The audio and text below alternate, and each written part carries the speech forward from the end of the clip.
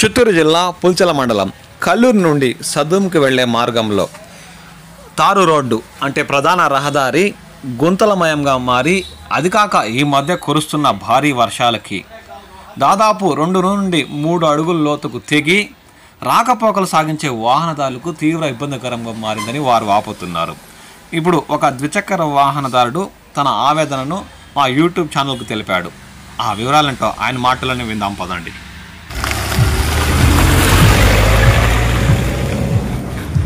చూడండి ఫ్రెండ్స్, ఇది కల్లూరు నుండి పుంగనూరు పోయే రూటు.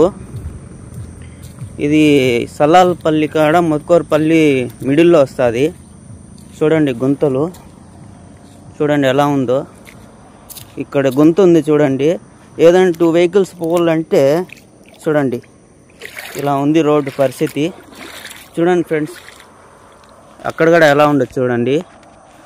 వర్షం నీళ్ళు వచ్చి పూర్తిగా ఈ విధంగా ఉంది రోడ్డు చూడండి.